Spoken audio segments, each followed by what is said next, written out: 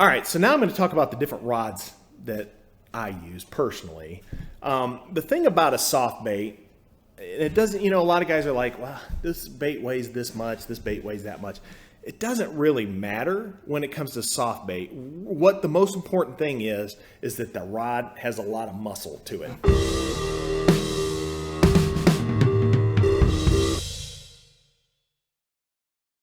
So if you're just going out and you're like, I need to throw a burrito, I need a rod for my Burrito Shads, and you want something that you can pick off the shelf that's not too expensive, I would recommend this one right here. iRod Bailey Swim.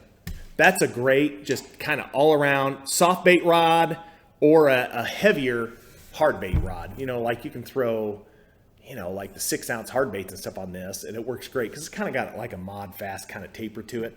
But it's got enough muscle, boom, that you can set a hook on a soft bait, because the most important thing about a soft bait, okay, if you look at the way this is, when a fish eats this bait, right, and you go to set the hook, if you don't move this bait in the fish's mouth, you're not going to hook them. That's not, this whole big rubbery bait has to move in their mouth. And it's almost like a rubber grip. When they grab onto this, it's rubbery. So if you don't have enough to set the hook, you're going to miss some fish. So that's why you want that rod that's rated higher probably than maybe you would think you would need. So this one's actually 3 to 8 ounces. This bait is like 4 ounces, the Burrito Shad. Okay. So you might look at that 3 to 8 ounce rating and say, oh, that's overkill, but it's not. It's really not. So this is one question I get regularly, and it's, since the Burrito Shad has a treble hook on top, should I be using like a softer rod for like treble hooked baits? And the answer is no, because really it's not about what kind of hook is on there. It's about where you're hooking that fish in the mouth. So, if you've got hooks on the bottom of the bait and you're catching the fish in the lips, there's more skin and bone down there, and the hooks will tear out. That's why you want a softer rod. But if the hook's on top of the bait, you're trying to drive it into the roof of their mouth, which is really hard. So it doesn't matter what kind of hook is on there, it's where it's at on the bait. You want to have a lot of muscle when you're throwing a soft bait rod. And honestly, a lot of guys think probably, well, I need the fast action, I need a more moderate for this, that. Honestly, as long as it's stout, I don't have any problem throwing soft baits on a more moderate rod, as long as it's got enough muscle. That's the thing. You want to boom, you want to hit them. So if you want to go the more expensive route, if you want to like a custom rod, they don't make these anymore. This was kind of a limited release, but this is the Leviathan Burrito Slinger. Okay, and this one was custom made for the burrito baits. But this is the same blank as the Leviathan Alpha Soft Swim. So this is an awesome blank. It'll throw all of my baits. So if you can find one of these burrito slingers, that's the best, I think. But I just like the cork handle. I'm a fan of long cork handles, and I don't really like split grips. But if you get the Alpha Soft Swim, that blank is perfect for pretty much every bait I make. I mean, I even throw the nacho on this, which is a small bait. So this is a great soft bait rod. Dang, you ate that thing, girl. Okay, so now we're going to talk about line. And I actually do use, this is Berkley X5, 50-pound Berkley X5, and I actually have a 25-pound leader on there. I use that, or sometimes I use straight braid. And then I also use, this is 25-pound Sunline Assassin fluorocarbon. You notice I don't have mono on there. I absolutely hate mono. I mean, there are times when I use mono, but when I'm throwing a soft bait like this, mono, copoly, neither one of those are acceptable. And the reason is, when that fish bites and I have to move that bait in their mouth, mono just is too stretchy. You think you got them hooked, and then you're fighting them, and then they just let go of your bait. So what happens is, fish clamps down on your bait. You think you set the hook, and they're swimming with it for like 2 seconds, and then they just go, I don't want that. And they let go of it. And that's what it feels like. It's like, oh, what happened? They just let go of it. And that's because that hook didn't penetrate, because you didn't move the bait in their mouth. Another reason I don't use mono is you just can't feel what your bait's doing, So I'm fishing these baits around cover, around structure. throw it out there, boom, boom, boom, boom, boom. I mean, when you got fluorocarbon on here, you can feel shad bumping into your bait, and then you can feel the bait wash out with fluorocarbon. And you know what happened? A bass came up and ate the shad that were bumping into your bait. And so now you know, oh, now I know I got to slow down, boom, and then you get hit.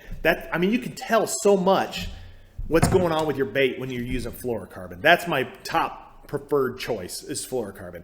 Because even when you got slack line, it's dense, and so it still transmits information. So even if you bomb a bait out there and you got slack line and your bait's falling, boom, you can feel your bait jump if something eats it on the fall. Stuff like that. You know, I can tell when I'm creeping up to something. Oh, it's starting to get heavy. I think I'm approaching a piece of wood. Yep, there's a piece of wood. You can tell all that stuff, you know. Like when I used to throw mono, you throw it out there and it's like do. What's going? Oh, it's all I'm caught in the grass. Like, you don't know that until it's too late. You know, with fluorocarbon, you can start to feel the bait get kind of heavy. You can pick up your retrieve. Okay. All right, so I've got 25-pound fluorocarbon on here, and I'm kind of bombing this bait out over a drop-off, and there's a weed line there. So I use the 25-pound fluorocarbon even with like 2-ounce baits. It doesn't matter how much the bait weighs. It's about the density of the line. You know, the heavier line is more sensitive, has less stretch for better hookups, and also I'm fishing this bait and cover all the time, so I don't want to lose baits. I almost always use 25. But I'm pulling this bait up to a weed line, and I lift my tip up to get it to come over the grass. And then you can see when I do that, boink, that's that tick bite that I'll talk about later. If I was throwing mono right here, it'd probably get buried in that grass. You know, you don't know how to adjust your retrieve to the situation. When you feel that tick, bam. Okay, oh, there we go. Okay, now I'm out of the grass. That's the kind of stuff you do with fluorocarbon. With mono, it's too late. Your bait's already fouled up by the time you know what's going on. That's what I don't like about mono. It's just, copoly's the same way. They don't transmit enough information for me to know what's going on with my bait. So it's important because, you know, I've heard people say hook sets are free. That's absolutely not true when it comes to throwing a soft swim bait. It's not true because, at least not in Indiana, maybe somewhere else it's true. But if I get a fish that bumps my bait and I set on them because I didn't really know what was going on, I blew it with that fish. That fish is taken off. They know something's up. They're gone. It's happened to me time and time again where I set the hook when I think and then that's it. You're done. That was your one chance. But if I can tell the difference between the bites, you know, something's not right there. Boom. Sometimes they'll hit it, or I can pick up another bait. Like I say, I'm throwing the 7.5. I pick up this is a good follow-up bait. Pick up a nacho, throw it right back out there. Different shape, different size, different color, different profile. Boom, they hit that second bait that comes through there. Now, if you swing on them, they don't hit the second bait that came through there. When you get bumped and you swing on them, I've never had a fish hit a bait again, except for when I was in Florida. I've had it, but those fish are crazy. But here in the Midwest, our high pressured, like crappy, shallow, dirty fisheries, when they bump your bait and you swing on them, you're done. You got to make sure they eat it. So that's a very important thing. And the fluorocarbon lets me know what the kind of bites I'm getting. So I'll talk about that too, because there's a bunch of distinct bites when you want to set the hook and when you don't want to set the hook. So I'm going to talk about those. Most of the time when I'm using the braid, a lot of times is when I'm on shore. You're going along the shoreline and there's a bush right here. So what's that mean? You can't swing. That's where the braid comes in handy. So it has less stretch so that in situations like where you don't have a lot of room, you can still get the hook in them.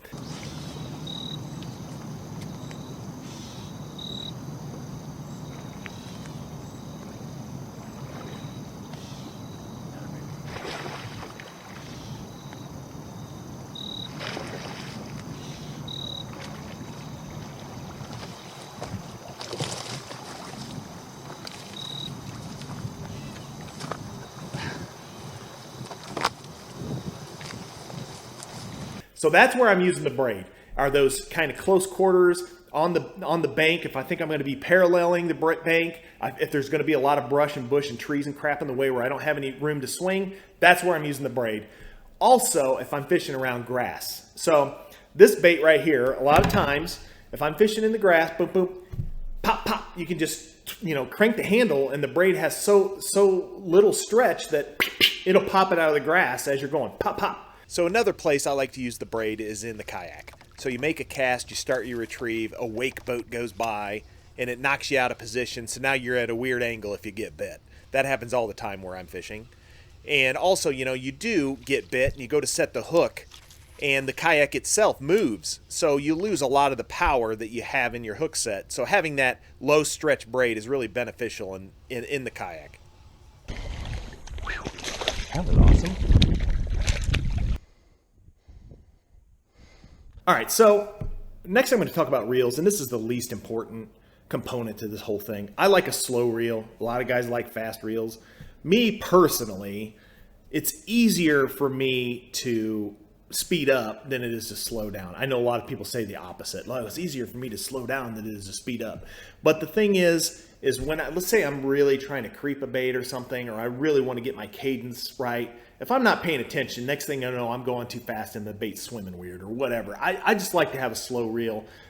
There has been so many more times that I felt like I overfished a bait with a fast reel and didn't get bites versus the times where I felt like I couldn't keep up with a fish. You know, I've never had a fish where I couldn't keep up with them and I lost a fish because of it. So what I do is I match the reel to the way that I'm fishing the bait, you know. So like, for example, the baka, I use a fast reel on the baka because a lot of times I'll throw it out there and hop it, boop, boop, boop, take up slack. So I do that with the baka, so I need a fast reel for that.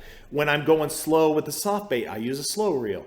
You know, I'm never concerned about keeping up with the fish when I get bit. So, because I've never had a problem with that. So that's not a concern of mine. My concern is overfishing the bait. That's why I like to use a 5-to-1 reel. So this is a 5-to-1 13A3. This is the one that I've been using here recently, and I really love this reel. I mean, it's a perfect size. You know, it's not too big, but it's got a nice big gear on it. I mean, the thing's got a lot of power, and it just straight bombs baits. So, like, when it comes to soft baits, I personally like a reel that casts really far, so I can get that out there, and I can get that bait swimming the way I want it to and keep it in strike zone. I like to be past. Since I'm not trying to get a reaction bite out of this, I want my bait to land far away because there's going to be fish sitting right here, right? And they're going to be waiting for a bait to come by. I want to get way past my target and get that bait going at the correct speed. Boom. So when they're right there, that's why I like that. There's a lot of options for reels. Really, you just want one that casts well and holds enough line.